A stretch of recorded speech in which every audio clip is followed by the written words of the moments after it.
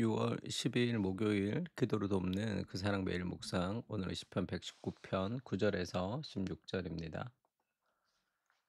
시편 119편이 지금 계속되고 있는데 9절에 보면 청년이 무엇으로 그 행실을 깨끗하게 하리까 주의 말씀만 지킬 따름이니이다 말씀 있죠. 주의 말씀을 지키면서 우리가 이제 거룩해지는 그런 기준을 얘기해 주고, 그리고 하나님 말씀에 어떤 특징이 있다면 지금 계속 즐거워하다라는 단어가 반복해서 나오죠. 14절에도 뭐 재물을 즐거운 같이 도를 즐거워하였나이다.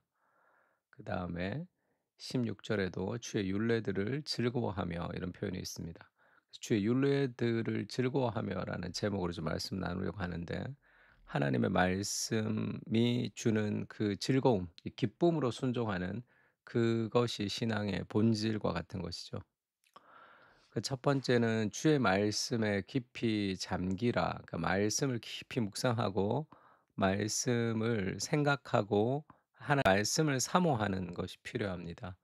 청년이 무엇으로 그의 행실을 깨끗하게 하리까? 주의 말씀만 지킬 따름이니이다. 주의 말씀을 따라서 살아가다 보면 삶에 다양한 열매들이 맺혀지는 거죠. 삶이 깨끗해집니다. 또 내가 전심으로 주를 찾아 싸우니 주의 계명에서 떠나지 말게 하소서. 내가 주께 범죄하지 아니하려 하여 주의 말씀을 내 마음에 두었나이다. 말씀을 내 마음에 두었다는 것은 일단 암송을 얘기하는 거고, 이 묵상을 얘기하는 겁니다. 계속 말씀을 생각하는 거죠. 성경 암송이라는 것도 굉장히 도움이 많이 되죠. 성경 암송을 하고 1 시간 정도 죄된 생각이 들어오지 않습니다. 그러니까 우리를 굉장히 우리의 생각을 지키는 거죠. 육신의 사람과 성령의 사람의 특징은 생각입니다. 그러니까 육신의 사람은 육신의 생각을, 성령의 사람은 성령의 생각을 하나니 내가 무엇을 생각하느냐, 나의 생각에 무엇을 넣느냐, 그것이 인생의 방향을 결정하는 거죠. 하나님의 말씀을 묵상하고 하나님의 말씀에 잠기지 않으면, 말씀을 사모하지 않으면, 그러면 내 삶의 다른 것들로 채워진다는 거죠. 그것은 우리의 삶을 올바른 길로 인도할 수가 없습니다. 찬송을 받으실 주 여호와여 주의 율례들을 내게 가르치소서. 그 말씀을 배우기를 사모하고 말씀에 대한 갈망을 달라고 기도해야 됩니다.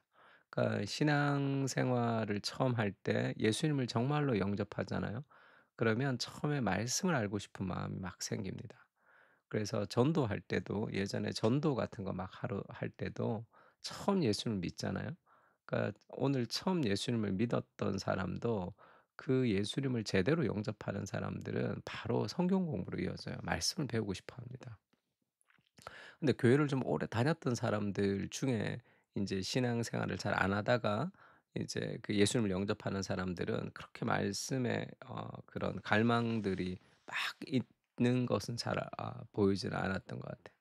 그러니까 인제 우리가 신앙생활을 하면서 가장 중요한 것이 말씀에 대한 갈급함입니다. 이것이 없으면 굉장히 신앙이 위험한 거예요. 지금 그렇게 살아서는 안 됩니다. 그러면 하나님의 말씀에 어떤 발동을 걸어야 돼요. 그 말씀을 즐거워하고 맛볼 수 있는 그런 내면을 가꿔야 됩니다. 묵은 땅을 기경해야 돼요. 열매가 맺혀지지 않습니다. 그러니까 말씀을 깊이 생각하고 말씀을 사모하는 게 필요하고요. 두 번째는 그 말씀을 이제 즐거워하는 건데, 말씀을 사모하는 것. 여호수아도 그렇게 얘기하죠. "오직 강하고 담대해서 율법을 지켜서 행하면 형통하리라." 그렇게 얘기하며 1장 8 절에는 "이 율법책을 너의 입에서 떠나지 말게 하며 주야로 그것을 묵상하여." 이러죠. 묵상해야지 그 우리가 기쁨으로 행할 수 있습니다. 그러니까 하나님의 말씀을 묵상하고 사모하는 마음, 그래서 늘 정기적으로 거룩한 습관을 들이는 것이 중요합니다. 복 있는 사람은 여호와의 율법을 주야로 묵상하는 자로다 그렇게 얘기하죠. 묵상하고 암송하고 하나님의 말씀을 계속 생각하는 것이 필요합니다. 그다음에 두 번째는 주의 말씀을 즐거워하는 거죠. 말씀을 즐거워하는 것. 주의 입의 모든 규례들을 나의 입술로 선포하였으며 내가 모든 재물을 즐거워함 같이 주의 증거들의 도를 즐거워하였나이다.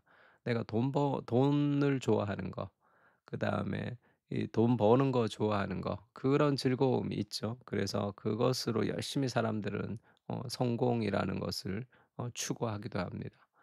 근데 주의 증거들의 도를 그렇게 내가 즐거워했다는 거, 그것만큼 즐거워했다. 그런 즐거움이 있죠. 내가 주의 법도들을 작은 소리로 읊조리며 주의 길들에 주의하며 주의 율례들을 즐거워하며 주의 말씀을 잊지 아니하리이다. 그러니까 하나님이 내게 행하신 은혜, 그리스도가 내게 행하신 그 사랑을 좀 깊이 생각하고 묵상하면서 성령께서 그것을 계속 깨닫게 해 주셔야 돼요. 그러면 그 사랑 때문에 무언가를 해 드리고 싶습니다. 그 말씀을 막 더 알아가고 싶어요. 그 사랑을 경험하면서 그 말씀대로 살아 드리고 싶은 마음도 생기는 거죠. 이사야서 25장 9 절도 그렇게 얘기합니다. 그날에 말하기를 이는 우리의 하나님이시라 우리가 그를 기다렸으니 그가 우리를 구원하시리로다. 이는 여호와시라 우리가 그를 기다렸으니 우리는 그의 구원을 어떻게 한다고요? 기뻐하며 즐거워하리라. 우리의 참된 기쁨은 그 하나님이 예수님을 통해서 우리를 구원하셨다는 거죠. 그 죄악 가운데 죽을 수밖에 없는 인생을 건지셔서 우리를 살리셨고, 살리신 것만도 감사한데 우리를 거룩한 사명자로 이 세상의 어두운 세상을 비추는 빛으로 우리를 하나님께서 파송하셨죠. 그래서 그 은혜를 하나님께서 먼저 내게 행하신 그 은혜를 기뻐하며 즐거워하는 것. 그러니까 하나님의 성품을 묵상하는 거죠, 말씀 속에서. 그러면 우리가 그 하나님의 그 상상할 수 없는 사랑, 그리고 끝없는 인정, 그 나를 향한 그런 표현할 수 없는 기대, 그런 것들을 느낍니다. 그 사랑을 느끼면서 우리도 주의 말씀을 즐거워하며 순종하기를 기뻐할 수 있는 거죠. 그래서 요한 1서도 그렇게 얘기합니다. 하나님을 사랑하는 것은 이것이니 우리가 그의 계명들을 지키는 것이라. 하나님을 사랑하는 것을 우리가 어떻게 알 수 있습니까? 계명들을 지키는 거죠. 하나님 말씀을 지키고 하나님 말씀을 따라서 이 땅에서 그 하나님의 일들을 우리가 행해 나가는 것. 그것이 하나님을 사랑하는 사람이 가지는 사랑하며 행동하고 사랑하면 우리가 그 사람의 기쁨을 위해서 일하고 싶잖아요. 근데 하나님을 사랑하고 그의 계명을 지키는 것인데 그 계명을 읽지도 않아 아직. 그러면 그 신앙에 굉장히 심각한 문제가 있다는 것을 알아야 됩니다. 보통 대부분의 교회를 다니는 사람들이 요즘 성경을 잘 안 읽기 때문에 다 그런 줄 알고 있는데 사사시대라고 생각하면 돼요. 곧 망하기 직전의 사사시대에는 신앙생활을 했지만 다 그렇게 열심히 하지 않았습니다. 그리고 왜 남들을 따라 살아. 남들이 뭐 신앙생활을 잘 하지 않는다. 그런 사람을 잘 못 봤다. 그게 무슨 상관이 있어요. 하나님의 말씀 앞에 내가 있는 거지. 하나님 앞에 내가 어떤 삶을 살아가는지가 중요한 거 아니겠습니까? 세상이 다 그러면 내가 그렇게 살아가야 되는 게 아니잖아요. 하나님 말씀을 사모하고 말씀을 사랑하고 말씀을 묵상하고 하나님을 사랑하면서 그 말씀을 지키는 그를 통해서 하나님께서 일하신다. 그러니까 그런 하나님 앞에 하나님의 그 사랑 앞에 내 삶을 좀 드리고 싶다. 그런 헌신이 사라지는 시대 속에서 주의 말씀 안에서 우리가 그것을 좀 불태워야 됩니다. 예수님도 마찬가지죠. 예수님도 성령에 이끌리시어 마귀에게 시험을 받으러 광야로 갔습니다. 40일 밤낮으로 금식하셨어요. 시험하는 자가 그렇게 나오죠. "네가 만일 하나님의 아들이거든 이 돌들로 떡덩이가 되게 해라." 그런 기적을 베풀어서 그리고 그 기적을 달라고 기도해라. 그리고 그것을 통해서 이제 "너가 너의 공급원이 되어라." 뭐 이렇게 얘기하죠.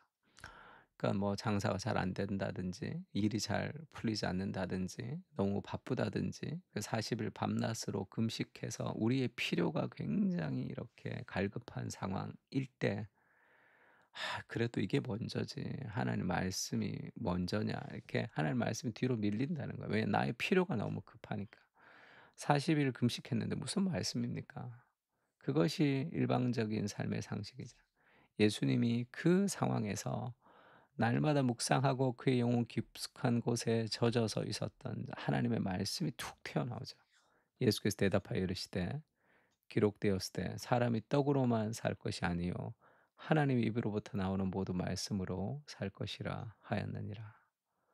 이 그리스도의 마음, 예수님의 묵상, 그것이 가장 힘들 때, 가장 어려울 때, 그때도 하나님의 말씀이 흘러나오는 그런 삶이 좀 필요합니다.